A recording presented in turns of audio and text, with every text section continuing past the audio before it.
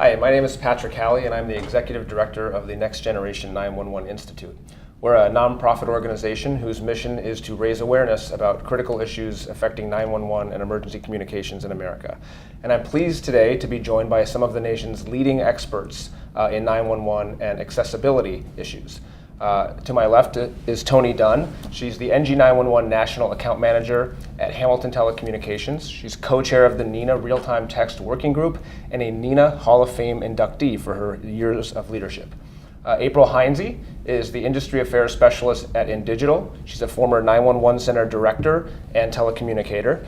She's the Vice Chair of the Michigan State 911 Committee and co-chair of the NENA PSAP Operations Committee.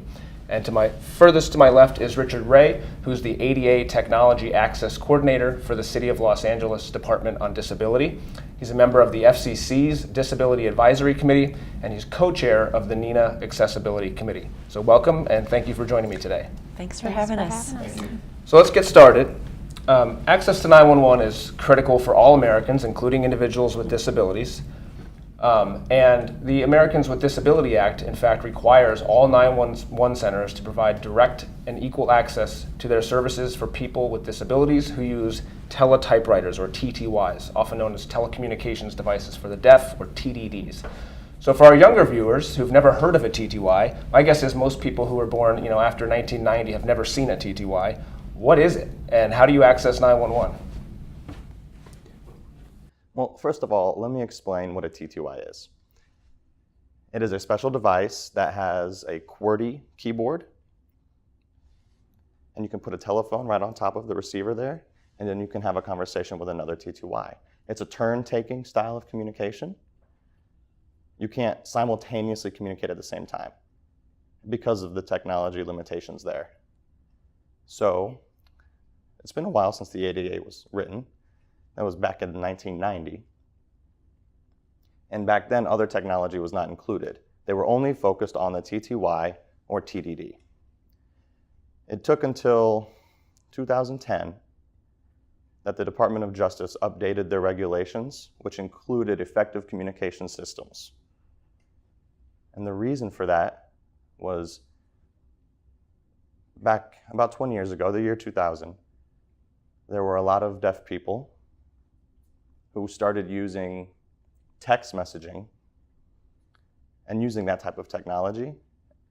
And that really opened the world of communication for everybody.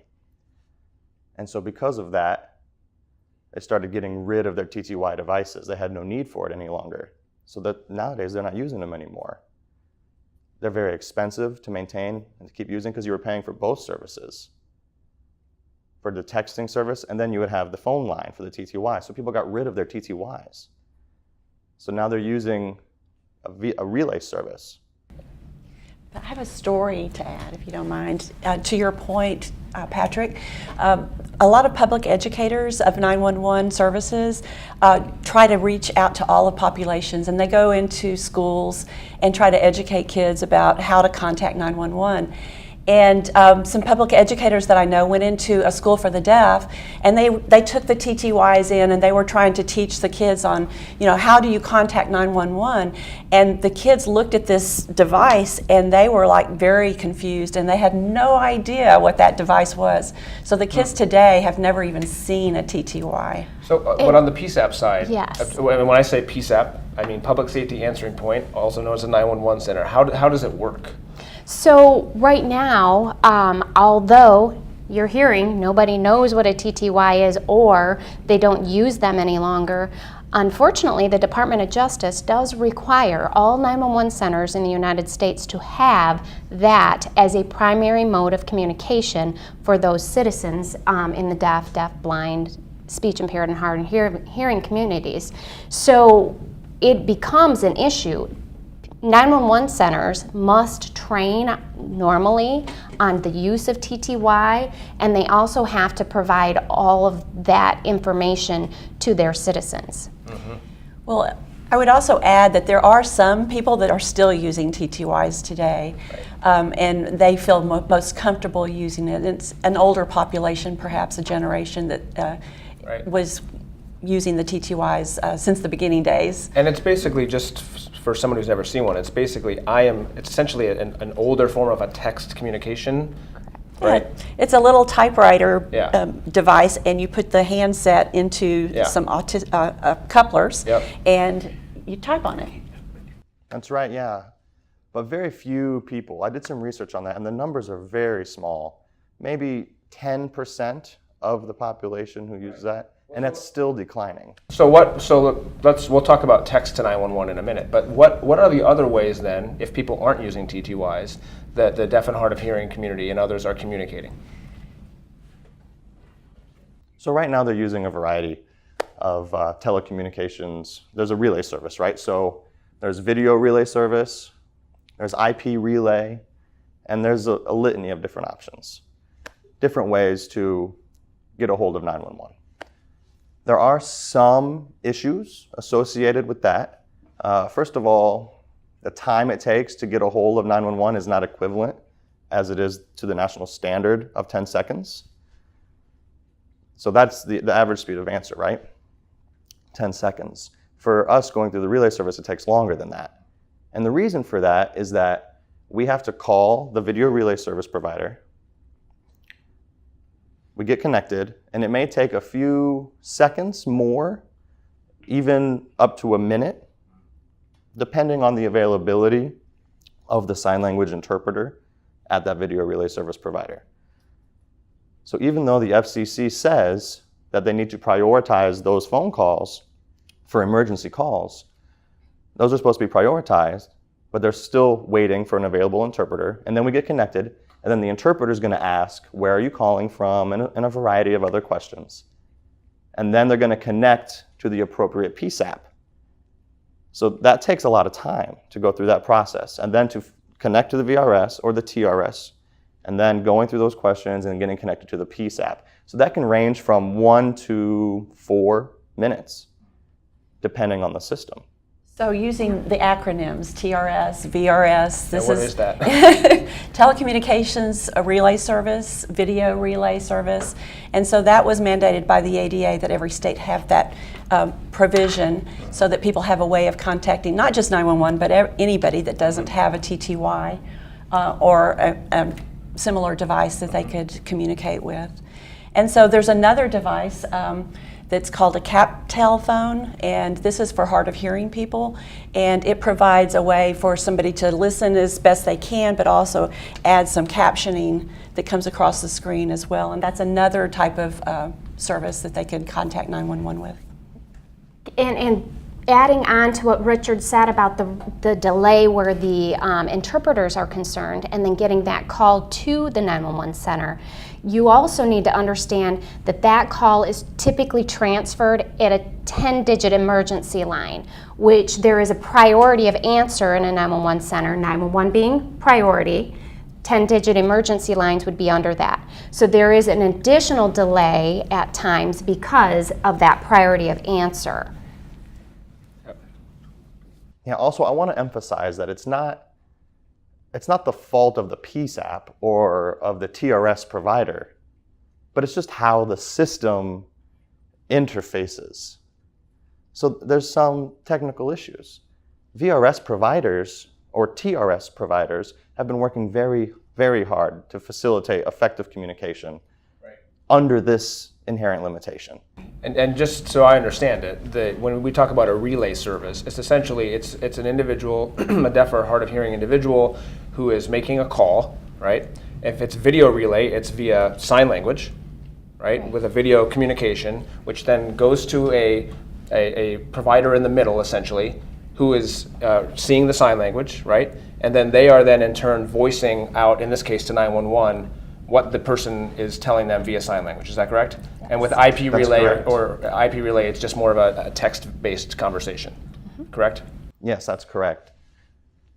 It's known as a video interpreter for VRS and a CA, a communication assistant in the IP relay world. And it wasn't always the case that these technologies could connect to 911. Correct? And so the FCC required this, and I'm sure that there are challenges and limitations that you described, but it's inherently difficult because that's not what these systems were designed for, right? Yeah, Tony. Yeah, and there's no location. Interesting. There's no location that can be provided. If you call 911 direct, you're going to get some sort of location for where you're calling from. It might not be exact, but it's getting better, right? Right. But when it's going through a third-party service, it's not necessarily getting the caller's location. And so the CA or the video relay provider is trying to gather that information to pass on to the 911 center. And in the video relay situation, the 911 center is not seeing the video, correct? They're only hearing, just like they're hearing the voice of the caller through an interpreter, but they're not seeing the actual video, correct? Right. Correct. That is absolutely right, yes. And in addition to that, while the telecommunicators are listening to the video interpreter or the CAs, their calls are also being recorded, okay, and onto their playback or for retention for later. But you have to understand that our portion of the calls are not being recorded. Right. Only the video interpreter's voice or the CA's voice portion. So we have no way of, challenging the interpretation if there's a question on the validity of that interpretation on the call. So there are some big issues related to that we need to try to find solutions to. The FCC, however, is asking the TRS providers to retain, I think for about 12 hours, if I remember correctly, it's 12 hours to retain that video, but a lot of them are getting rid of it because they aren't supposed to record any type of calls. Right. They're just supposed to interpret, right? That's exactly right. So that's another issue that we're running into. To your point, Tony, I would point out to viewers that the FCC is actively seeking comment right now as a result of some legislation recently passed called the Ray Bombs Act about whether or not certain technologies that today don't automatically provide location, it's not just TRS, other forms of voice over IP technology as well, but they're seeking comment on whether they should extend location, including automatic location requirements for all forms of technology, including different TRS communications. That being said, though, you have to understand that they won't be dialing 911 Right. to receive that video interpreter. So therefore, that's where the location disconnection happens right now. In the event that they dial 911, that information is provided. But when they call a 10-digit line to get the interpreter, Right. that location is not provided. So there will continue to be those issues. So let's talk about text to 911 because, and I'm curious because there are those other ways of reaching 911, but clearly the entire world, let alone the deaf and hard of hearing population, uses text messaging almost as our primary form of communication today. So given that that capability exists, can you text 911? If there are limitations on trying to text 911 in today's environment, what are they compared to voice calls? How's that working? It depends. It depends. Currently, in about a quarter of the nation's PSAPs, text to 911 is available, which covers about a third of the population for the United States. One of the things, if you want to know if text to 911 is available in your area, the FCC suggests that you reach out to your wireless service provider to see if it's provided in your area. But there are definitely limitations. When it comes to text to 911, one of the limitations is location. So the information that's provided to the 911 center is just the cell tower information that of where you're actually hitting that tower. It also only provides text or SMS. It does not provide things like that are multimedia, which include emojis. It also includes pictures, video, and if you add on a third-party caller. So a lot of people like to add on somebody to their text conversation. That also makes it a multimedia message. So what would happen in those events is that you would get a bounce back message in the areas that do provide text that says, text to 911 is not available in your area, please place a voice call. Even when you were had already initiated a text? Yes, So, because if you introduce multimedia, it does not provide that service. is that uniformly true? That is uniformly true right now. So in the 3/4 or so of 911 centers that don't accept text messages now, then you get a bounce back message. Correct. That essentially says this is not possible. Right here, you have to dial 911. But even when you are connected via text, if you introduce a multimedia, there can still cause essentially that same message to come back. Exactly. And it ends the session? And it does end the session, so you'll get the bounce back message. Now, if you just send the text, it will go through in those areas.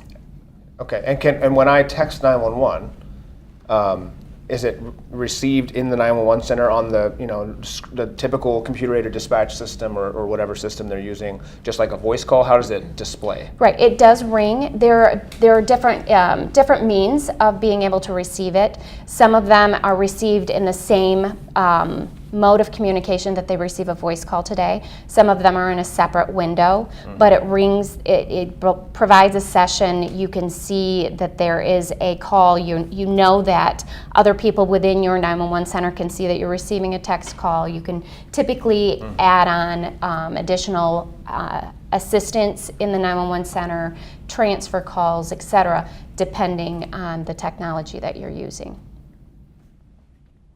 Yeah, and I want to add on to that as well. Because of the SMS limitations, when we go out and educate the community, we encourage, we really emphasize that when they text, to provide as much information as possible, which includes location of the emergency. What they need to describe, they need to give a description of the emergency. So those two things are really important to convey at your first attempt of texting to reaching the 911. It's very important because right now the information isn't being passed along yet. So given that there are some limitations there's clearly limitations with TTY, mostly that nobody uses them, and that there are some delays and some limitations with other forms of access to 911 via VRS or other TRS services, and given that a quarter to a third of 911 centers, somewhere in that range, have access, but most don't, for text to 911, what are we telling individuals who are deaf and hard of hearing? We have a national slogan: to call when you can, text when you can't. And is that true for a deaf and hard of hearing individual as well? And so, interesting that you asked that, because we actually got that slogan from a deaf focus group. We brought in North Central Texas Council of Governments, we brought in a group of deaf individuals and said we need a message that's going to be applicable to both communities, hearing as well as deaf. And we asked them to help us develop a slogan or a message, and that's what they came up with. So we went with it, and it's kind of become something that's spread through the nation. And it's really nice because not only people who are deaf or hard of hearing benefit from using that service. Right. You may have people who can hear, maybe in a domestic violence situation, for example, or a hostage situation, or an active shooter situation, where you don't want them to make a voice call to 911. And instead, they can send that text message to 911, and it's a silent way of reaching 911. Right. So, there's benefits for everybody here, not just one group of people. It's a widespread benefit. Of course, it would be better if we had 100% of 911 centers that were able to accept text messages. And I remember a few years back, there was some resistance from the 911 center, from the PSAP community, concern about being flooded with text messages, and just, I think, a little bit of just some fear of change, and this is sort of something new. I'm not sure how this is going to go.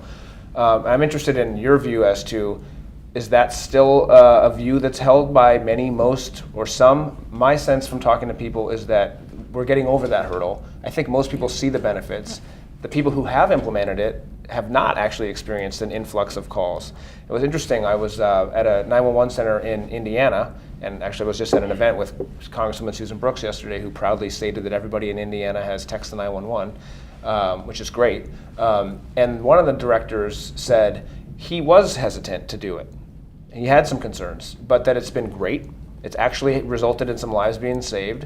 And I don't know if this is universally true, one of the unintended benefits perhaps is that with 911 calls that they receive where there's a hang up, it used to be, you'd call back and maybe the person would answer and maybe they wouldn't. And now you can text back because he can text out, and then people are much more likely to say, yes, sorry, that's not a real emergency. Okay, I have to stop you right there. Because that is true in Indiana. Right. Because of the type of service that they use, the texting service that they use. The FCC only required text to 911. Right. So the way it was initially intended and the way it's been rolled out across the vast majority of the United States that have text to 911 is it's truly text to 911, not text from 911. So one of the Well, good things, for Indiana then. yes, absolutely, and it is a huge benefit in Indiana, in Michigan, in several other places across the United States that have done the text from 911 as well, because what they're finding is text from 911 is actually used about 9 times more than a text to 911. It truly is underwhelming. That's what they're seeing. And I know in my PSAP, when I was a PSAP director, we initiated text to 911. We did have outgoing text messages. And what we found was we really encouraged our staff to use that outbound so that when they received the inbound text, they were prepared for it. So. Well, speaking of text, we're now starting to hear a lot about real-time text, or RTT, communications. In fact, there was a day-long event, and Richard, I know you were there, at the FCC earlier this week, looking at real-time text and 911 access. So what is RTT? I know you guys are experts in this. And what are the benefits for access to 911? Sure. So RTT is a standards-based platform where it's more conversational. It's real time. It is so in an SMS text world where you have to type all of your message and then press send to go. And then I see the little dots, Yeah. like, waiting for that message to come back. What are they thinking? Right, and so in a real time world, it's character by character, and so there's so many benefits to having that capability. It's not. As Richard said, with TTY half duplex, where you have to take turns sharing, you don't have to wait for the full message before you know what it was. You're seeing it as it's going. It's also delivered. RTT is a component of a voice call, and so this is where the huge benefits come in. So RTT is available today, and we can share more about that. So if I make an RTT call today, it's going to go to 911. It's going to go into the PSAP, and it's going to come in as a voice call on my wireless phone, and they're going to get whatever location my provider is providing from my phone. Am I texting 911 just like a normal text message, or is it a different application? Well, that's a good question. It's similar to a text message in that you are actually typing something, Right. but you could also be voicing something at the same interesting. time. So the carriers have provided us several different ways of using RTT today, and it's still evolving, but Yeah, it's actually really quite impressive. The nice thing about real-time text, unlike text to 911, is that it's everywhere. When the FCC put this report and order out, they allowed the carriers to determine whether or not they wanted to provide real-time text. 3 of the 4 major carriers today, Verizon, T-Mobile, and AT&T, are currently providing real-time text, and Sprint is in the process of working towards providing real-time text. And they're doing that in lieu of TTY, meaning that they no longer have to provide TTY on the wireless devices, which is very cumbersome and outdated technology, which Right. we've talked about Right, quite right. a bit. Where real-time text is concerned, it comes in as a voice call, and then the downfall in the PSAP, this is the drawback, is that it's received as a TTY. So it dumbs down the real-time text backward compatible to TTY, meaning it's going to be slower. For those who are using real-time text, it's going to be a slower method of communication. There is going to be some issue with BOTO conversion, so there may be some characters missing in that text. You still get to see it typed character by character. Again, it's just going to be slower. You cannot use things like emojis, even though it's in the real-time text capabilities. And so there are some concerns with it. That being said, the most important thing for folks who are using real-time text to understand is that the PSAP, or the 911 call taker, will likely use TTY lingo when they're responding. So they will use the GA for go ahead or SK for stop typing. But I think it still fits enough into that conversational flow that it won't be too cumbersome or confusing. You know, it's really exciting, RTT, especially for people who rely on texting. The TTY is very slow. It's very slow, and that's why they don't want to use it, right? That's such it's a 50-year-old technology. RTT has the capability of simultaneous communication, and the communication is quicker than with the TTY. And we're still using SMS and also RTT. So you have options. So today it does convert. It was the wireless carriers were required to make it backward compatible, so that there was no loss of communications in that process. But eventually we're looking at having end-to-end RTT, so that the PSAP equipment will be able to respond in an RTT mode. It is designed to function over an IP network, and so it really is kind of the first step into a true NG911. So I assume the working group you lead, one of the things they're looking at is how to make all this happen as soon as possible. So there's technical groups that have already worked on it, and so my working group is an operational aspect, so to help everyone understand education, training, and just how to request RTT if you're ready to implement. Got it. This is all very exciting. There's a lot of good things going on, which is good to hear. So speaking of things that are going on and developments in technology, what about next generation 911? We hear a lot about the benefits of NG911, a system that should be capable of receiving all forms of voice, data, and video. Can NG911 improve access to 911, particularly for individuals who are deaf or hard of hearing, or any disability for that matter? And potentially, could it be beneficial, for example, if a call taker via an American Sign Language interpreter could communicate via video with a caller? Now, I can't imagine every 911 center in the country is going to have trained American Sign Language interpreters, but somehow there has to be some benefits of NG911 in terms of its ability to take not just voice, but also other forms of data and video.